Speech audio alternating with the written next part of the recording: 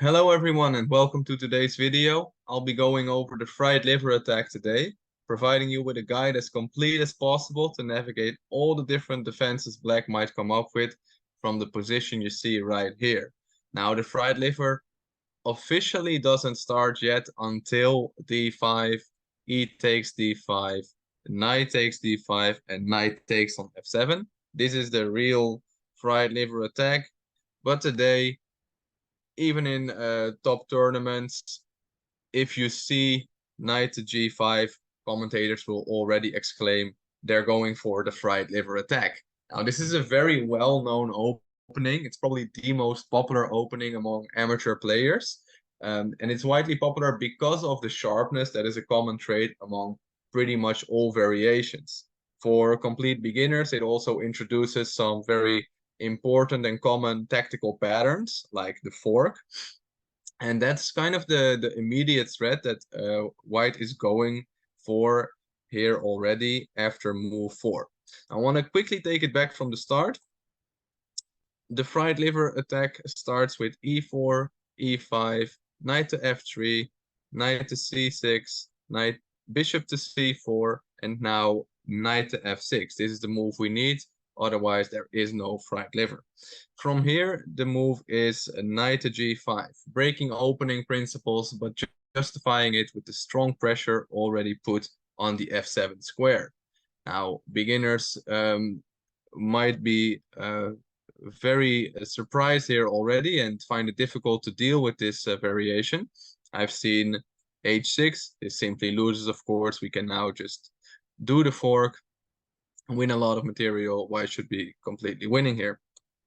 Another way that I've seen beginners respond to this is queen to e7. It's important to note here that knight takes on f7 doesn't work as well, and that it is much better in this variation to take with the bishop on f7 instead of the knight. Now the king has to retreat to d8 or give up the queen, and we will retreat the bishop to b3. So just keep that in mind. And later on, we'll see many other deviations in this setup where it's preferable to take with the bishop on f7 and retreat to b3 afterwards instead of moving on with knight takes on f7. So just keep that in mind.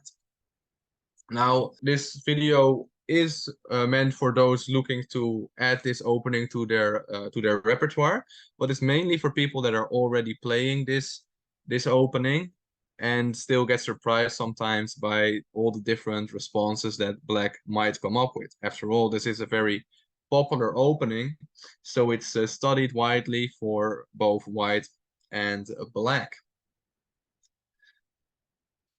The first variation we're going to go and have a look at is the fried liver accepted. So this is the official line, the one that I showed already in the beginning.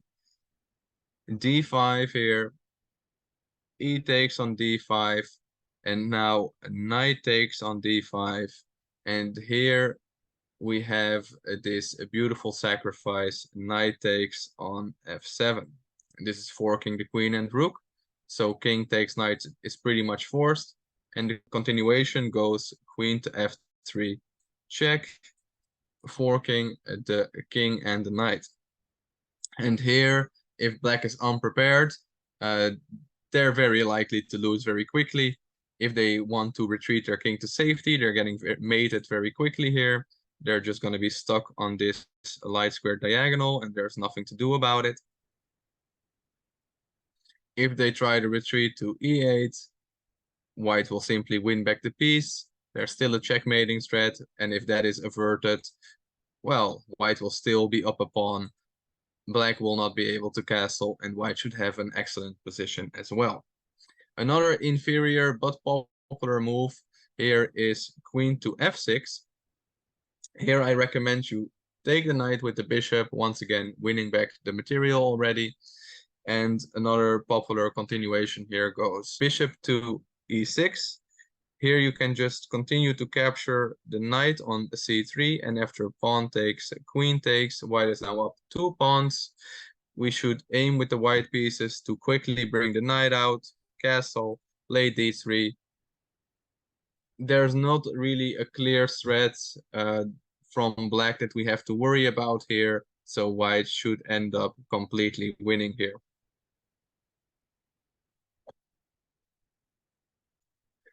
So this is the best case scenario, right? For white, reaching a very quick advantage.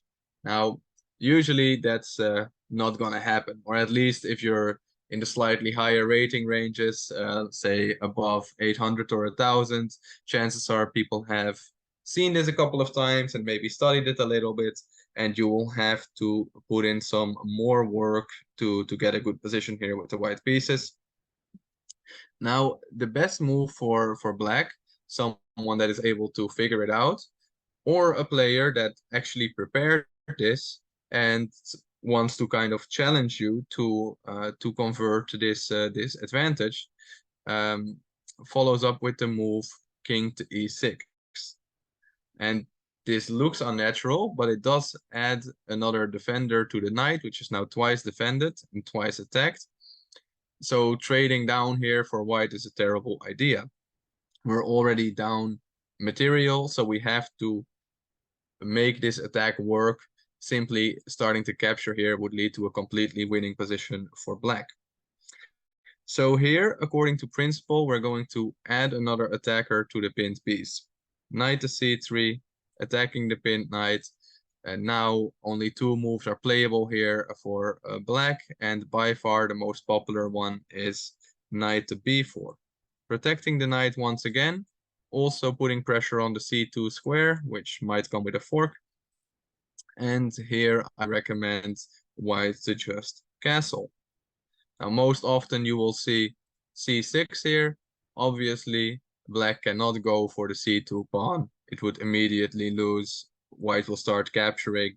And in many of these variations, there will be checkmate possibilities that black would only avert by giving up loads of material. A lot of these variations, I must add, are not easy. So the winning tactical combinations can be very tricky to find. Just saying they will often be there, and that's what makes this opening so much fun. Now, we can't possibly go into all of those. So instead, we're focusing on the most realistic and the most common continuations. And here that would be c6 for black, adding yet another defender to the knight, which now is 1, 2, 3, 4 times defended and 3 times attacked. So for now, it's no use for white to try and capture here.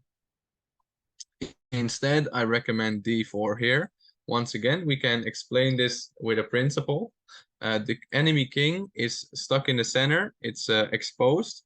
And if this is the case, we're going to be trying always to open up as many lines as possible and involve as many pieces as we can here. So now the bishop would be able to come out, and we can demonstrate if black was a bit too greedy here, something like e takes on d4, we can already bring a rook into the attack as well. And now this is just an overwhelming force of attackers chasing down the black king relentlessly.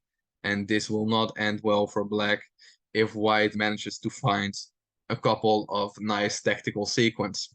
Okay, so should be a great position. Once again, not a clear-cut victory, but it should be a winning position for white here.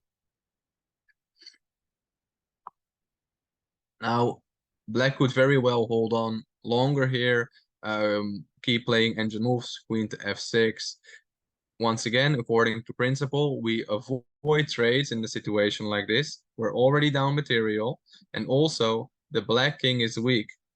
In that case, you usually want to maintain the queens on the board, since king safety is relatively less of an issue for the defending side when the queens come off the board. So black would be very happy here because they're 1, up material, and 2, their king is weak. And for those same reasons, we're going to politely decline the trade of queens, continue with something like queen to e2.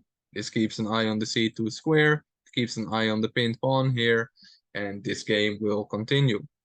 And it will be a very tactical game and a very fun game to play, but I would take white here anytime.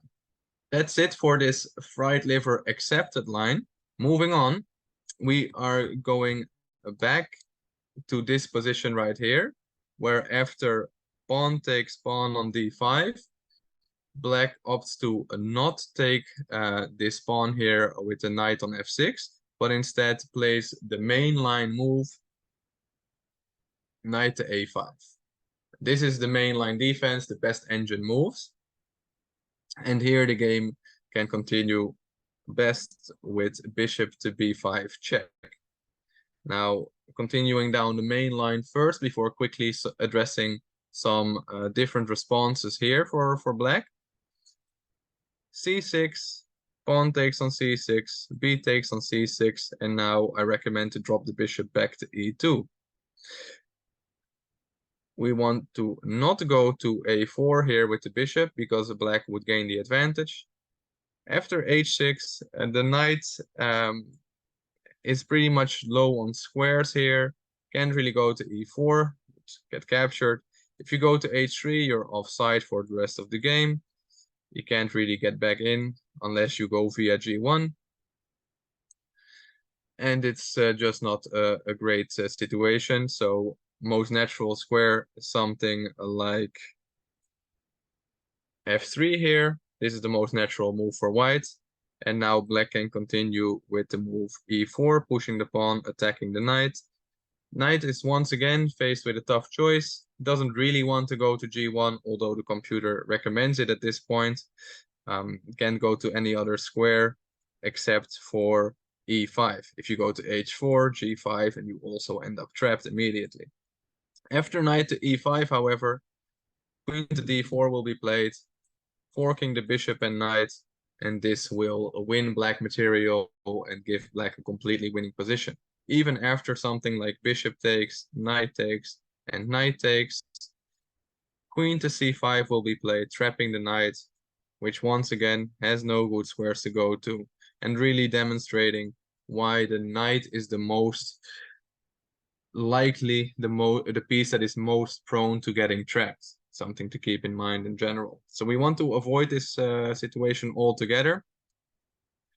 Simply retreat the bishop to e2, and now black will most likely continue with the same plan.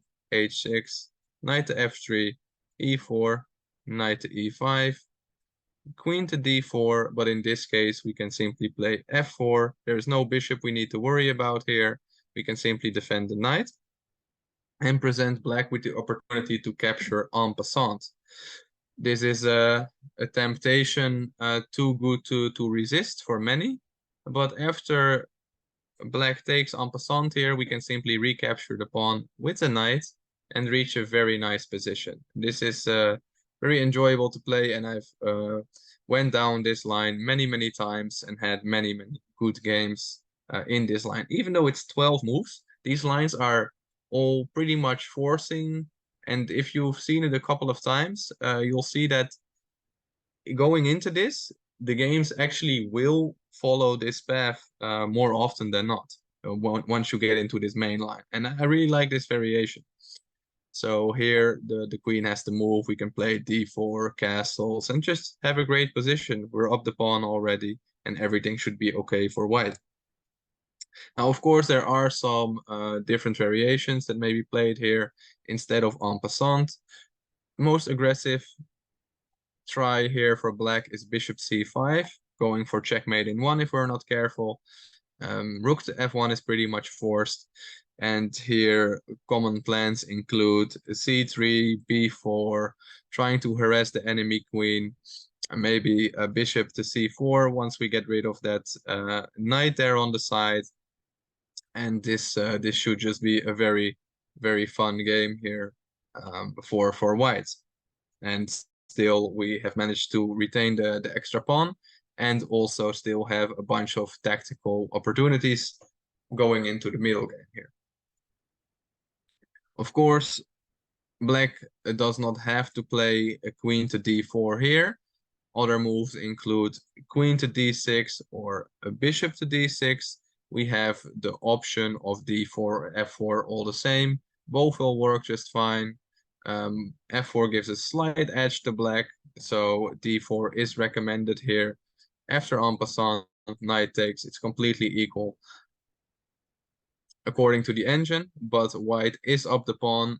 Black maybe has a slight advantage in development, but with some experience, this should be a completely playable position for white as well. That's the main line, and the most common trap that black will go for that you have to avoid. Going back here, there is of course the opportunity for black to do different things here. For example, after pawn takes, black might say, well, this knight is not doing all too well on the side of the board anyways. Let's capture on c6 with the knight instead. Here it's recommended to take this knight, and after pawn takes, play d3 to make something of a safe square for our knight on g5. Once it gets kicked, we might want to go back to f3 and not worry about e4, or we can maybe even go to e4 immediately if this happens, and accept the trade of queens if necessary. After all, we are still up the pawn, so trading down wouldn't be too bad. In general, it's just important to complete your development here, retain the extra pawn, and white should have a very good game in this variation as well. There is this strange but not often played move, knight to d7. Here we have a very cool variation going knight to e6. And here if pawn takes, attacking the pinned knight. And if something like the c6 is played, we can play queen h5 with check. And if a g6 is played, we can take the knight first with check. And now after either bishop takes or queen takes, it doesn't really matter. We're going to go for the classic fork on the king and the rook. And the only way to slightly mitigate this for black is queen to e7, pinning the white queen. But at this point, it's completely all right for white to just trade down. We're up 2 pawns once again with white and should have a very advantageous position here. Final variation after bishop b5 check is bishop blocking on d7. After this, queen to e2 is the best, because if bishop takes, queen takes would fork the knight and king. And the knight cannot drop back to c6, as sometimes is an option because of the pawn still guarding that square. And white would reach a winning advantage here. And the game would, of course, continue in different ways maybe. But once again, very good chances here for white. All right, we're going back to move 5 here. After d5 is played, this is a very common move, but it can lead to many deviations. There's this one little sideline that's pretty confusing if you face it the first couple of times, which is b5 in this position. Right? And here I've been thrown off a couple of times. I've went for pawn takes knight, I've went for bishop takes pawn, and neither are very good. Just gonna quickly show you what happens if bishop takes pawn, for example. Queen takes pawn here on d5, attacking the bishop, attacking g2, which would hit the rook and hit the knight. And this is just very difficult, so difficult, in fact, that the engine recommends us to trade off the bishop already. And this will kind of sizzle out here. Pretty boring variation. Don't recommend going for this. So instead, we're going to go with the top engine move, bishop f1. Very tough move to find if you don't know this, but it does work very well. Because now if queen takes, we can develop with tempo, knight to c3, attacking the queen. And only after the queen moves, let's say to c5, are we going to capture the pawn. Now there is no queen takes on g2, and white should be better here and have a very nice position. Alternatively, if knight takes pawn here, once again, we go for bishop takes pawn. Yes, we do leave our knight hanging, but we are threatening some much more powerful things here. If black was to go for this, Queen captures on g5. Bishop takes on c6 with a fork. But after the king moves, we do not take the rook. We go for the knight instead. Protect the g2 square. And as you can see, white would be completely winning. Now, this is a bit hopeful unless you're under 1200 rated. But it could happen.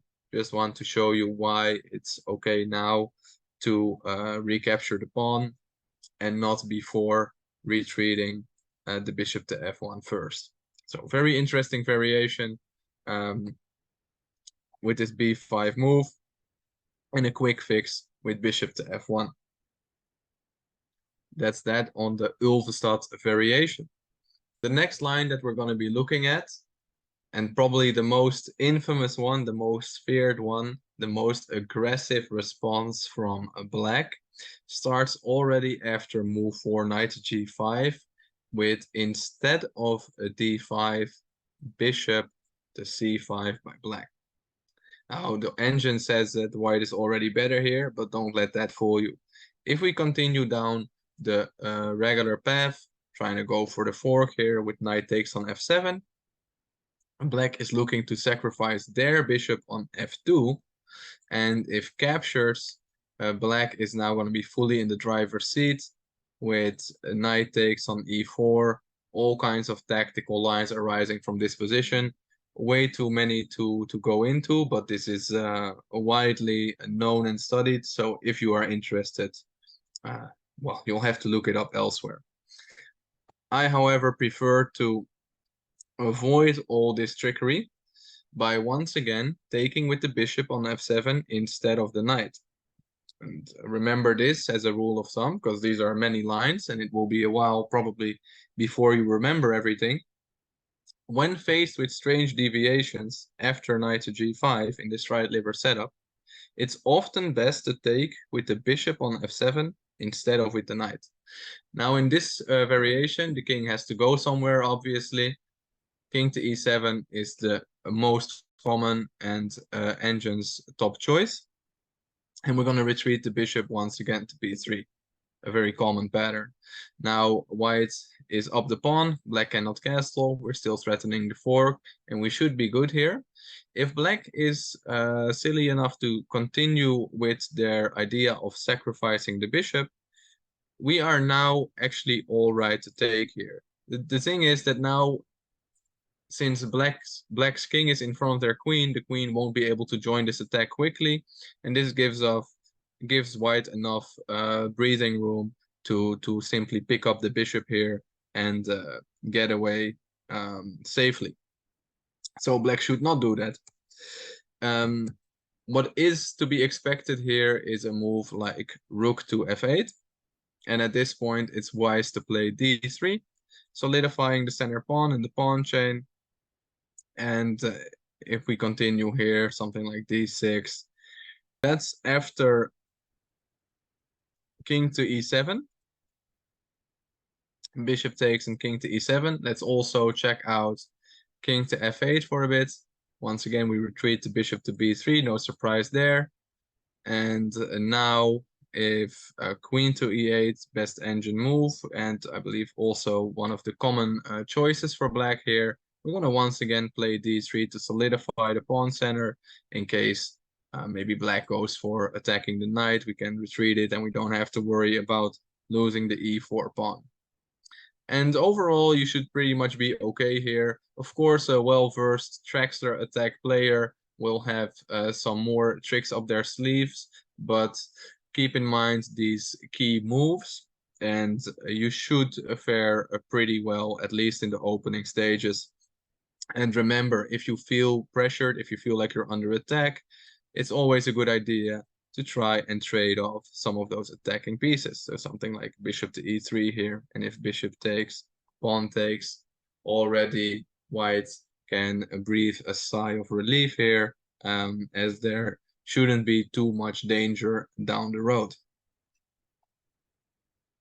So that's that on the Traxler, taking with the bishop instead of the knight on f7. Final counter attack, counter gambit that's really confusing, that I've seen black play a couple of times, and that took me a while to figure out, is a knight takes on e4. Now black is trying to distract you from the f7 square by hanging a knight, or so it would seem, on e4. But if you take it, they're actually going for this very common pattern of the pawn fork, which would regain material for black and lead to an advantageous position on top of it. So instead of taking this knight, what do we do in case of strange deviations after knight to g5? That's right, we take with the bishop instead of the knight on f7.